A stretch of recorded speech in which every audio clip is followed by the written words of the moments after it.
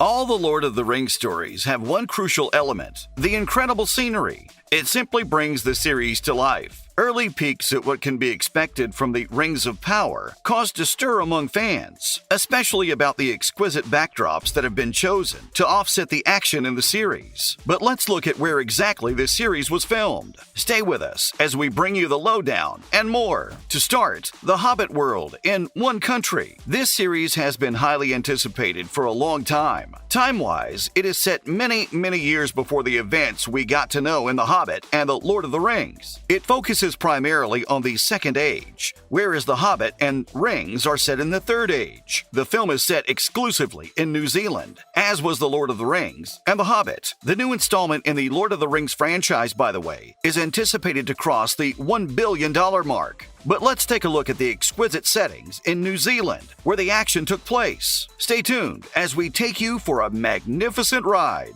First, there's Hauraki Gulf and Coromandel Peninsula on North Island. The Hauraki Gulf is close to Auckland and is one of the major locations used in the first season of The Lord of the Rings, The Rings of Power. Hauraki translates to the Mournful Sea. Legend has it that the Hauraki Gulf is under the protection of a Taniwha, a supernatural guardian named Uria. Uria, according to folklore, takes the form of a whale. This has been the Maori people's home for millennia and is well known for black sandy beaches set against a backdrop of majestic mountains. Several scenes were shot in and around Coromandel Peninsula too. Both Hauraki and Coromandel are on North Island, and both are famous for their breathtaking scenery. There are endless beaches, mysterious caves, so viewers can expect to be mesmerized. But if you're struggling to believe that the scenery in The Lord of the Rings is real, stick around to the end of the video. You won't believe what New Zealand offered the filmmakers. Then there's Piha, also on North Island.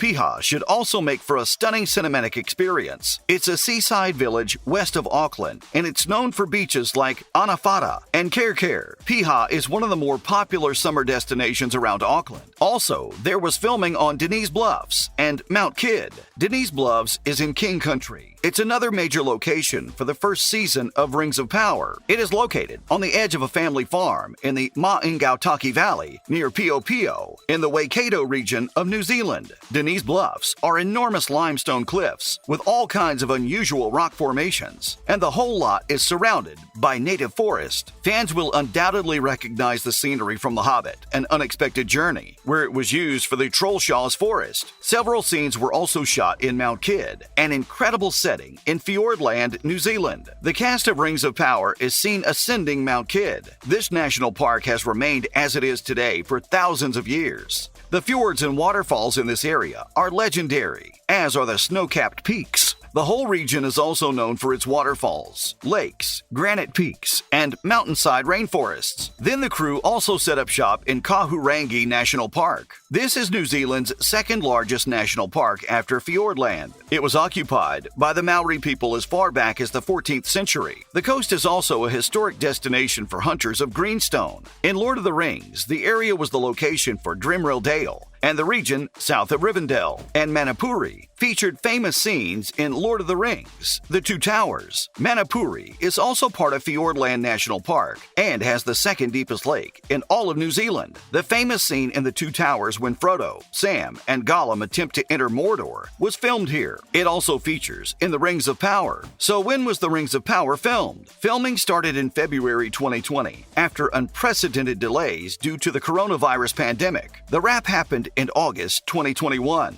New Zealand played it safe, especially during the early days of the pandemic, and closed its borders to much of the world. However, special permission was granted to the crew and cast of The Rings of Power to enter the country. Only a few scenes had been filmed when the set was shut down after New Zealand confirmed 8 cases of the virus. The memo that was sent to the cast and crew read, "We are doing this to minimize stress on the resources and infrastructures around us by doing our part to reduce population density in our communities and delay activities and efforts to help reduce the spread of the virus." So, delays and a pandemic, and some are saying the series was unlikely to see the light of day. Keep on watching to find out how things came together. And where does the Rings of Power take place? Lord of the Rings, The Rings of Power is set in the Second Age of Middle-earth. No, Middle-earth is the equivalent of Midgard of Norse mythology, or Midengard in Old English. The events that we followed in The Hobbit and The Lord of the Rings also play out in Middle-earth. but during the Third Age. For those that don't know, Middle-earth is the main continent of Arda, or Earth, in Tolkien's imagination, ending with the Third Age as the Fourth Age finally entered a period of peace. This mystical place is populated with elves, dwarves, hobbits, dragons,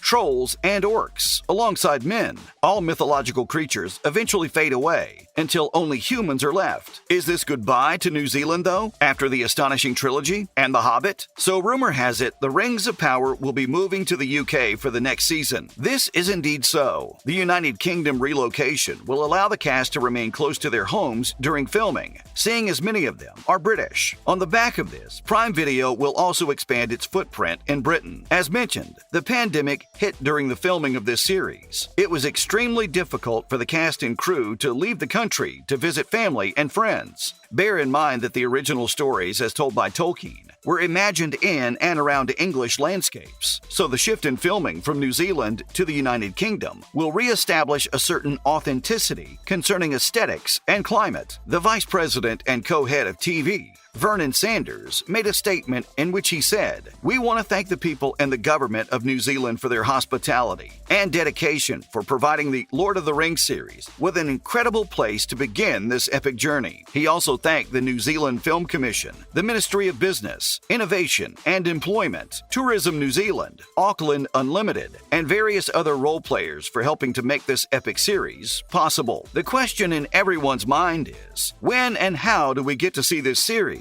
Keep watching. We're about to give you all the deets you need to know. Okay, so when will we be able to see The Lord of the Rings, The Rings of Power? The series came to Amazon Prime in the early hours of Friday, the 2nd of September, in the United Kingdom, while the viewers in the United States will get to see new episodes on Thursday nights. The first 2 episodes dropped at 2 a.m. Greenwich Mean Time, and new episodes are released every Friday at the same time. And how many episodes are there in the series? You've probably binged on the first 2 episodes by now. This means you have 6 more to look forward to this season. That makes 8 in total. Also, the producers plan to make 50 hours of prime television over the next few years. The series will eventually end with the forging of the titular Rings of Power, and also the last alliance between elves and men. Finally, do you need to have seen The Lord of the Rings to enjoy Rings of Power? Plot specifics have not been published yet, not for the remaining episodes in this series. Events in the series will not cover the trilogy. That much we know. The question is then,